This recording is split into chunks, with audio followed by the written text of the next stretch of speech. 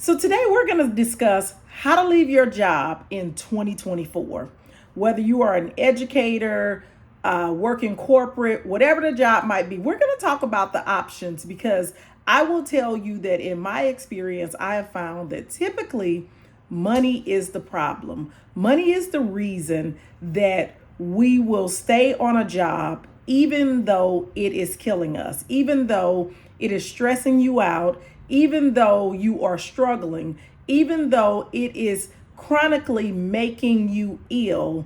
We will stay at the jobs because we need the money. We need to pay our bills. We need to care for ourselves. And so today I'm going to walk you through, all the way through, what all of your options are. So if you know you are looking to find another option or just to run some things through your head, this is the topic for you. Share this episode, let some people know, because I'm going to give you a lot of good information. Many of the things I've done myself and have people right here in my circle who are doing the things as well. So they absolutely work. You just have to find the one that works best for you.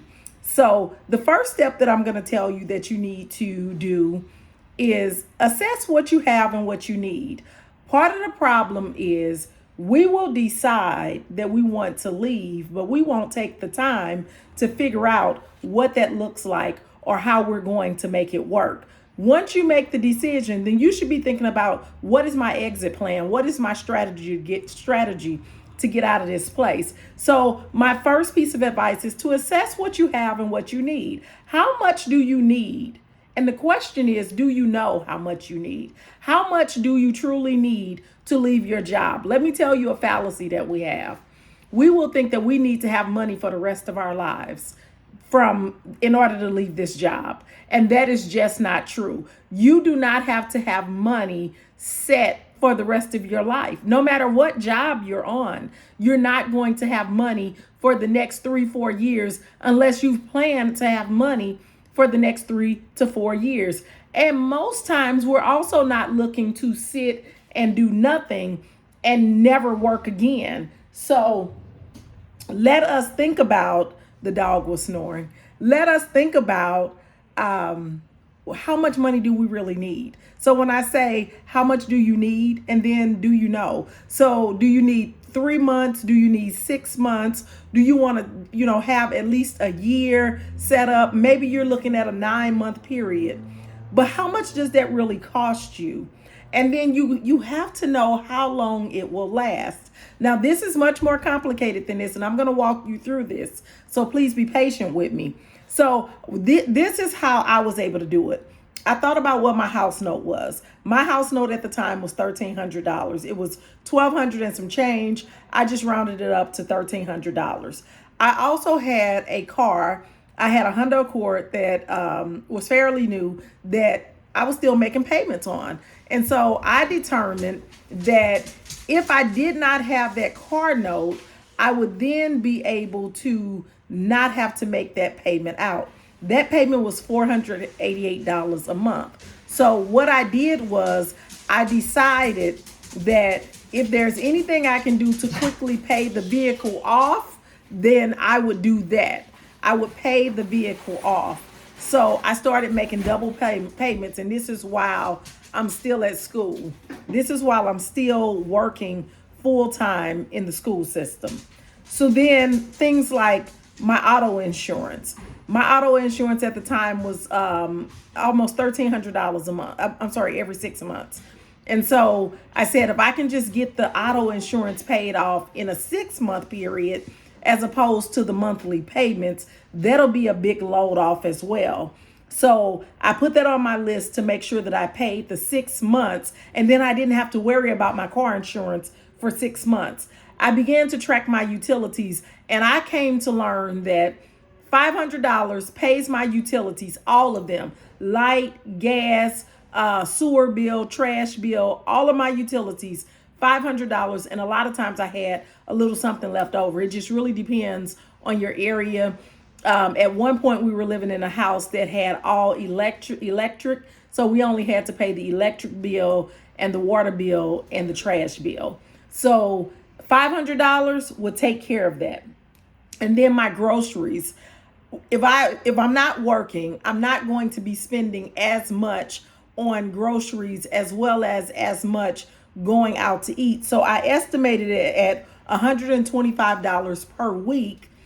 I could make it work. Would it be the most comfortable? No, but I could absolutely make it work. So at 125 per week, that's about $500 per month. So now, when I think about that, I was at $1,300 for the house note, $500 for the utilities. That took me to $1,800. And then I had another $500 for groceries. That took me to $2,400. So basically, $2,500 a month, and I could live. I could, still have fairly the same amount of the same lifestyle that I already had, with a few, downgrades. Let's be honest, there are going to be a few downgrades. But at the end of the day, $2,500 a month would take care of my needs in order for me to be able to live.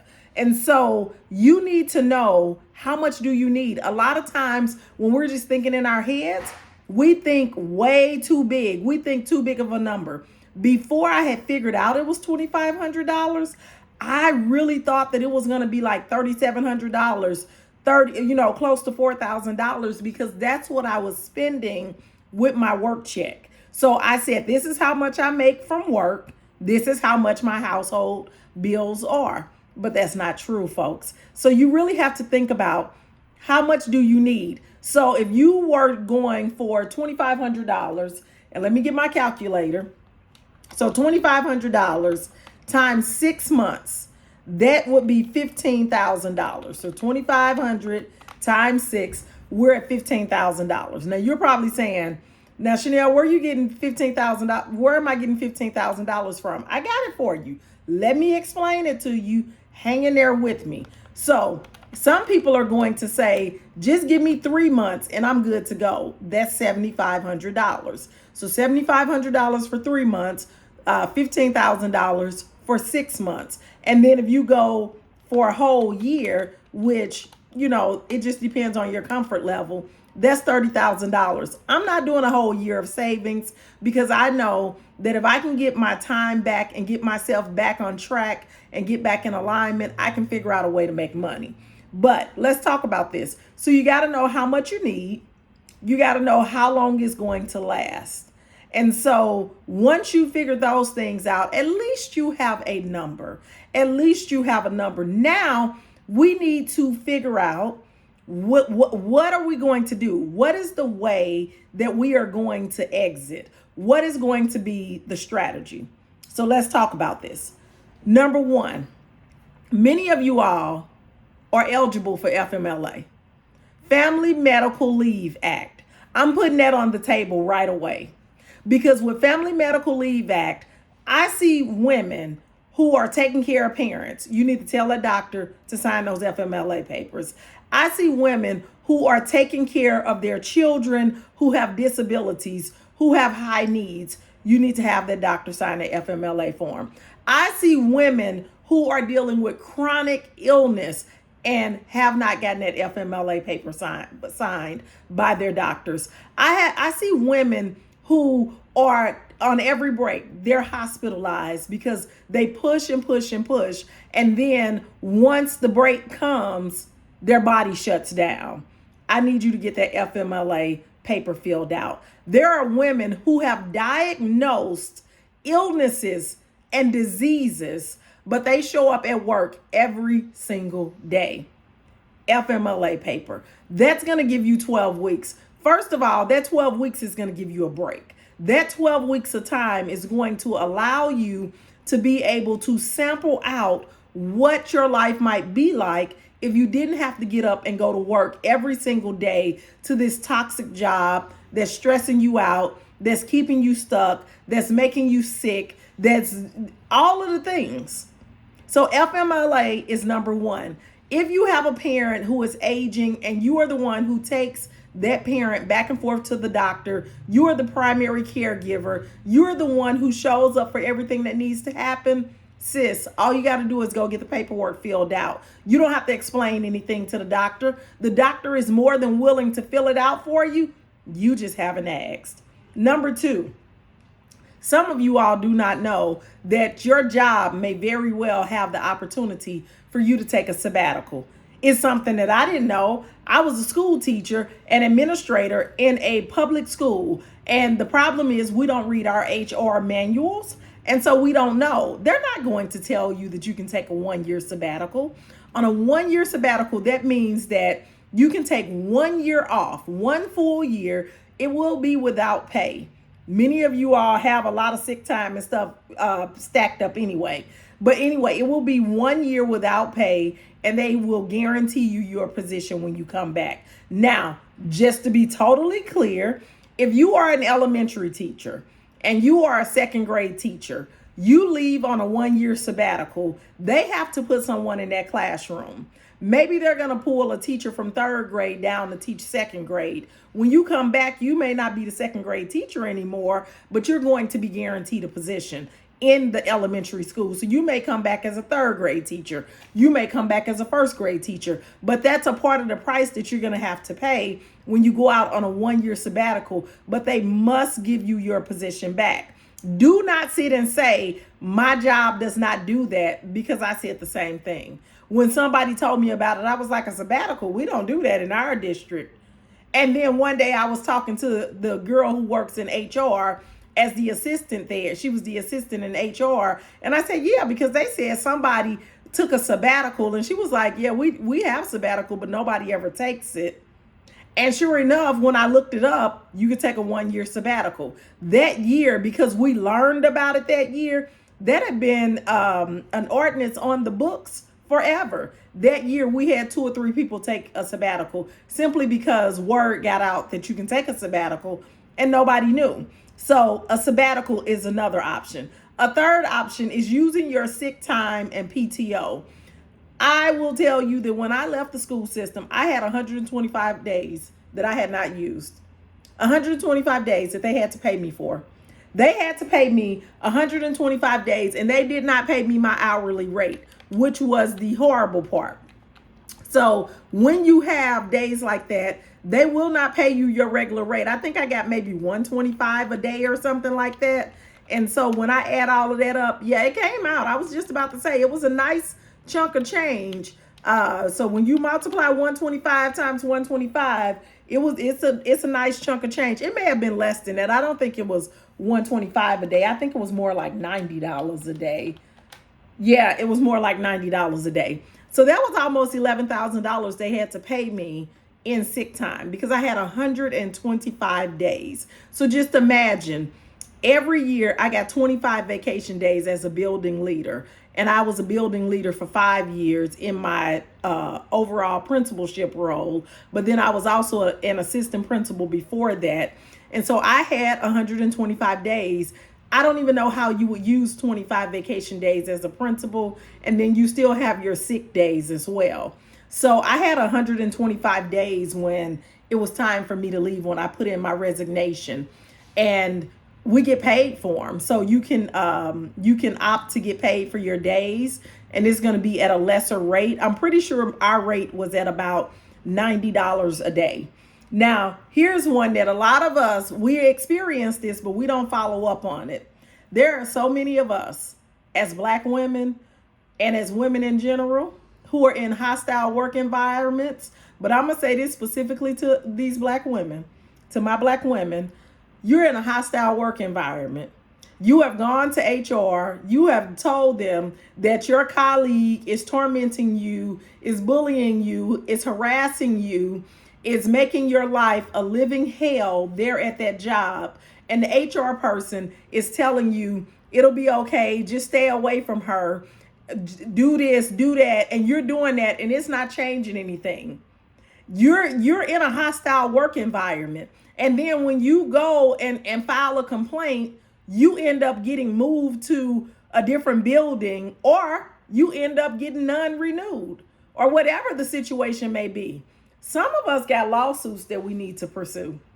Let me just say that again. I'm going to let that sit there for a minute, because I know that some of us, We do not want to be that person, but there are a good plenty of us who have lawsuits that we need to pursue. You wondering how you can leave that job in 2024? Off that money that you gonna get from suing that job for harassment and a hostile work environment. You reported it to HR. You did all the things you were supposed to do, and then they retaliated against you. And instead of you going to get a lawyer to support you and to help you and to do their job, you just figured, I'll just muster through. It's somebody listening right now. There is someone who is listening to this right now, and you know you're in that situation. Sis, go get you a lawyer. Go get you a lawyer. This is how you're going to leave a job in 2024. Look here, this is how you're going to leave a job in 2024. Next, there are a good deal of us who we've been to the doctor. The doctor done told you what is wrong with you. They done prescribed the medication. They have told you, I don't know how you're making this work. You need to be on disability, but you are afraid to go on disability because of how it's going to look. I don't want people to think I'm handicapped. I don't want to be disabled. I can make it. I'm going to keep going to work. You know what? You have value that is wrapped around you that has nothing to do with what somebody calls you. And what you answer to should be totally different than what somebody calls you. Just because somebody calls you disabled, that does not mean that's what you have to answer to. Just because you have been diagnosed with something does not mean that you got it, that you own that thing. There are some of us who are dealing with mental health crisis. We are struggling. We are depressed. We're having a hard time each and every day. We're getting up, going to school, making that work, and coming home, getting straight into bed, just trying to muster up the strength to be at work the next day in a sound mind and body. We need to stop. We need to go and get the disability paperwork filled out. We need to start the process. Next, there are some folks, you want to know how you're going to leave in 2024. I'm giving you the ways that you can leave. Pick the one that works for you, because I'm giving you a good deal of them, okay? There are some of you all who are right now on a performance improvement plan. Your boss has already told you, we got to figure something out. If you can't improve, we're going to have to let you go. Ma'am, let them let you go. And then sit yourself down and get you some unemployment. And I know a lot of us, we have worked out. You've been working since you was 14, since you were 16, since you were 17. You know what? You've been working for 40 years, for 30 years. It's okay. You can take a break. You have permission. You have permission. You only need $2,500 a month. And your unemployment is going to give you 19 of that. We're going to figure out how to get the other 6. We're going to figure that out. I'm going to talk you through it.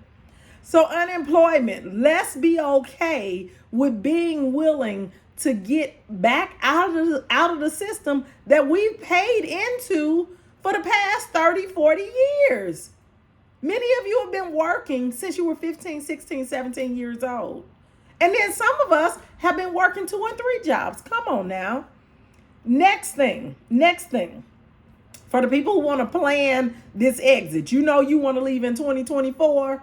When you file that good income tax check, I did this. When you file that income tax return, you're going to use that money towards your exit plan. And you cannot go shopping. You cannot go on the vacation. I remember when I got my income tax return, it was $82.64. $8,264. Yes, it was. I remember it because I was thinking to myself, "Ooh, all even numbers. This is a good sign." And I said, "Okay, all I'm spending is the $64, and the rest of it, I'm just putting it into my savings account, and I'm just gonna let it sit there because that is 3 months of me being able to not go to work and still have my bills paid." Because remember, it only takes $2,500 for me to be able to pay all of my bills and be okay.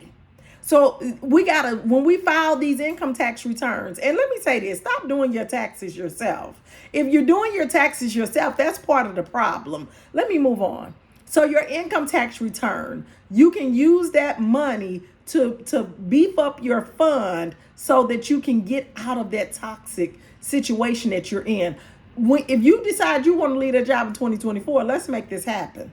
The next thing, we need to create a screw it fund, a forget it fund, a FU fund. Do you hear me?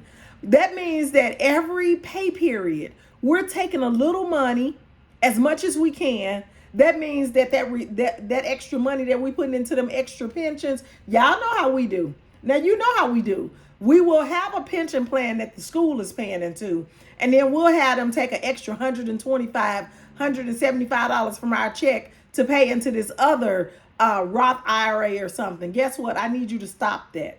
I need you to temporarily put a hold on it and take that money and put it into a separate account. That's what I need you to do. And when you do that, that's going and just do it just like you will be putting it into your Roth IRA. Let that money build up so that when it comes time to turn that resignation in, you got a little stash of money that's over here to the side too. And if you think about it, even at $125 a pay period, and you do that for 20 pay periods, that's $2,500. 125 times 20 pay periods, that's $2,500. That's the same money that you were directing towards your retirement. But I got to tell you, you won't collect your retirement if you are dead. You can't collect your retirement if you're stressed out. It's not going to happen for you. So let's go ahead and take care of ourselves while we're living. And let's worry about retirement a little bit later, because right now you're on the road to killing yourself. Next, some of us are at jobs where we get a severance package. I've left a job in that way before. So I used to work at AT&T. When I got ready to leave, they paid me 8 weeks of my paycheck. Now, 8 weeks of my paycheck was pretty good back then, because I was working at AT&T and we got paid every week. And so I got a check for over $6,000, and that was in the early 2000s. And so, it was real good back then, $6,000. My monthly was probably only $1,000, if that, back then. So some of us are in a position to get a severance package. Let's use that money wisely. Let's not go out. Let's not go buying dinners and doing those things.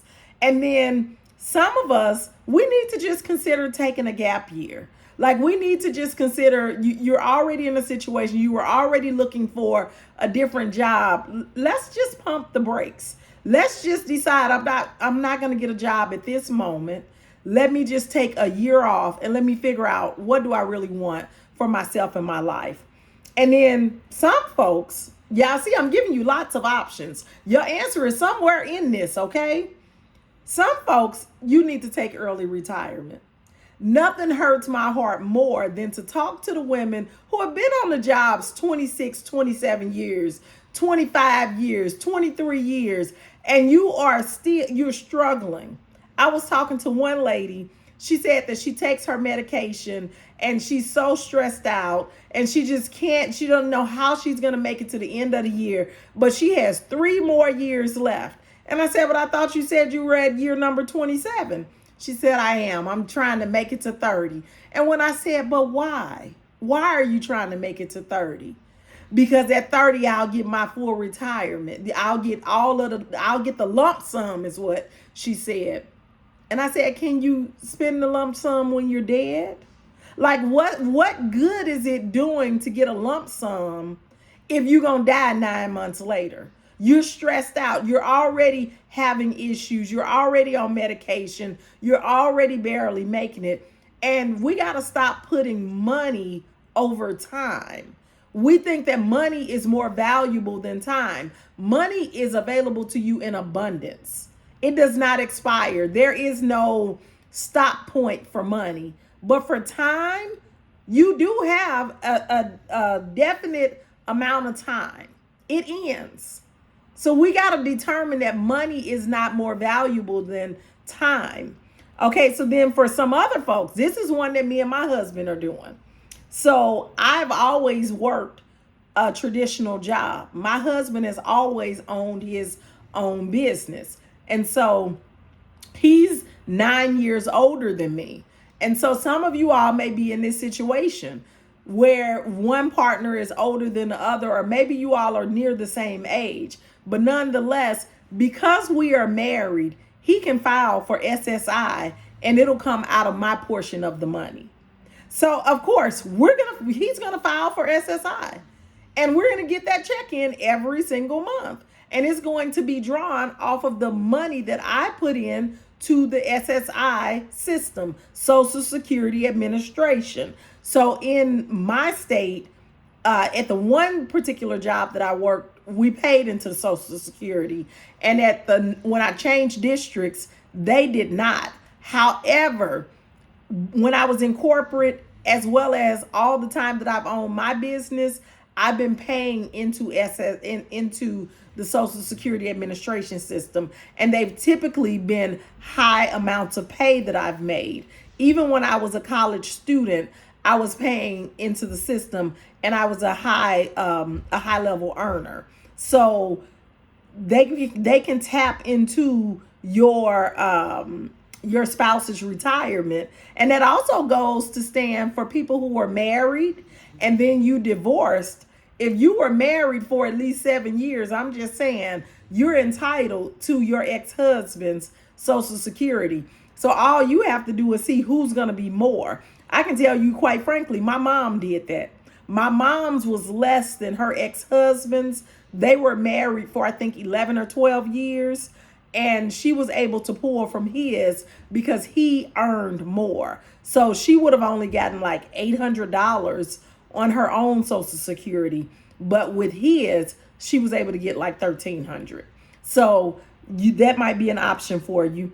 And then my next thing is going to be for many of us, our kids are bigger. Now I want you to listen to me on this one. Our children are bigger. They are older. And so we still got 3 and 4 bedroom homes. This might be the time that you decide to downsize your home and take that equity money that you're going to get from buying a smaller home and use that to leave your job in 2024. See, because we're no longer in the stage of where we're trying to impress the Joneses and keep up with the Robinsons and roll with the Jackson 5. We're not doing that anymore. You had 3 kids. All 3 of them are grown. 2 of them are married. 1 is in college. They're not coming home, and you don't need rooms for all them grandkids. You can downsize. You can downsize. And so when you downsize, you're going to sell your home. That equity money, that's yours. That's your money for a year off. Some of us, again, here's one that I'm doing. Move to a low cost of living area. So I want to move. No, let me change that. I am moving out of my state, and I can get a home that is much nicer for much less in a different state. And I'm also giving up winters. I'm saying goodbye to winters. And so in that process, I'm going to save a lot of money because the house that I would have bought here is going to be much more expensive. Some of us, like if you're living in that Cali areas in New York, and y'all know those high price areas, why not move to the town over? And don't say that my family live here. Do you go see your family every day? You can still see them. We got to stop acting like we don't have FaceTime and like we can't travel an hour away. People who live in New York, move right over to Jersey. You can still get to all of your friends in New York. You know, those who live in Cali, you can move to some different locations. A lot of Cali people are moving to Texas. The cost of living is so much cheaper, and that also explains why the houses in Texas have gone up super high, because that's also where I was looking to move to, and the California people just done took over. But anyway, so you may need to consider this. You know, don't keep doing something that no longer serves you. You and your spouse, you and your mate, you and your significant other, y'all still walking around in a 5-bedroom home. You still have a 4-bedroom home, and all you live in is the kitchen, the living room, and your bedroom and the bathroom. But you still got all these other rooms that's just sitting there doing nothing but collecting dust. At least make some money off of it. Rent one of them out. Rent one out. There's your income that you're looking for. So anyway, I've given you lots of ways of how to leave your job. How to leave your job in 2024. And then once you leave your job and you have a little cushion to hold us for a minute, I want to encourage you that you do not have to have a job to make money. You do not have to have a job to make money. You can make income without a job. There's a difference between a job and income. You can always sell a service. Whatever the thing is that people are calling you for, that they are asking you to do, that you are doing for free, that you already know what it is. Some of you all are tutoring kids. Some people are giving private music lessons. Some people are baking cakes for people for the holiday. Whatever that thing is that you do, sell that service and stop doing it for free. My fourth piece of advice that I'm going to give you is to network with people who are living a different type of life than you. You know, you need to talk to people and they will tell you things that you're not familiar with. Right now, whatever your area is that you're in, if you're an educator, a teacher, you likely talk to a lot of teachers and people in your family. Well, guess what? There are people who are making money, who are self-employed or not employed or freelancing there are a lot of ways to make money, but you need to talk to some people who are doing the thing that you want to do or living the way that you want to live in order to see what it is that they're doing. All you really need to do is ask questions and get out of the house. You cannot stay at home trying to do something different. You need to get out, talk to some people, meet some new people, expand your network, ask some questions, and just talk to people in general. And then the last thing that I'm going to share with you, and this is probably the most important thing, but I needed it to be last because if you're with me and you're hanging in there to get to this point, you need to reprogram your mind. You need to reprogram your mind. I need you to know that hard work does not equate to more money. Hard work is not the key to success. We're in these toxic environments. We're in these jobs that we need to leave. We're in these spaces that we need to get out of. We're being disrespected. We're being mistreated. We are in places that do not serve us. We're being looked over for promotion. We're being talked down to. We are keeping our mouth closed just to try to stay out the way. We are dulling our light. We're playing small. We are people pleasing at this job that does not care a thing about you. And you've been wondering, how do I leave this job? You've been afraid to leave because you know that you need to pay your bills and you need to support yourself. Well, I want you to know that hard work ain't the answer. Working harder is not going to get you to where you're trying to go. I also want you to know that it's okay to take a break. It is absolutely a-okay to take a break. But when you take that break, take the time to find out what you really desire, what it is that you really want, how it is that you really want to exist. And do you know what it's like to not work? I think that's the bigger question. Do you know what it's like to live an existence where your days are not dictated for you each and every moment of the day? Wake up at this time, get out the house by this time, eat lunch at this time, use the bathroom at this time, leave work at this time, be in bed by this time. Do you know what life could be like if you did not have to have every minute of your day directed for you? This might be the time for you to find out about that. And you don't need to know where all the money is coming from forever. Like, stop overthinking this. You just need to know I'm good for the next 3 or 4 months. One thing that I can tell you about you is that you are a smart, intelligent person. You are a resourceful person. You are somebody who can get stuff done, and you are not just going to sit back and let your world come to a crumble. But you also have to stop sitting back and settling for what somebody else says that you can have. So figure out the next 6 months. Put your money together. Right now, you have enough time to be able to exit in 2024. You have enough time. You absolutely have enough time. And if you want to, let me just give you this last tip while I'm at it. Like, you will find that once you leave your job and you're at home and you have all of this free time and this time available, you're going to have lower expenses. First of all, we're going to lower some of those expenses to begin with, because you're going to get rid of all that stuff that you don't need. All that stuff that you don't need. You know, some of us got a landline and a cell phone. You don't need a landline. Disconnect it. Some of us have multiple platforms for TV. We got Hulu, we got HBO Max, we got cable, we got Prime, Amazon Prime, we got Paramount, we got Apple TV. Eliminate all those things. Pick one and stick with that one. What's the one that you typically use or that you dominate on? Pick that one. Do that. Cable. I can tell you right now, me and my husband, we just had a conversation. Our cable bill just went up to $260 a month. And when I told him, I said, they just raised the cable bill to $260 a month. He said, well, you can go ahead and disconnect that. We don't even watch TV. He said, as long as we have internet, we're okay. Because you can watch TV through internet. So some of us need to eliminate cable. Some of you all have those $200 and $300 cable bills. You're not watching that.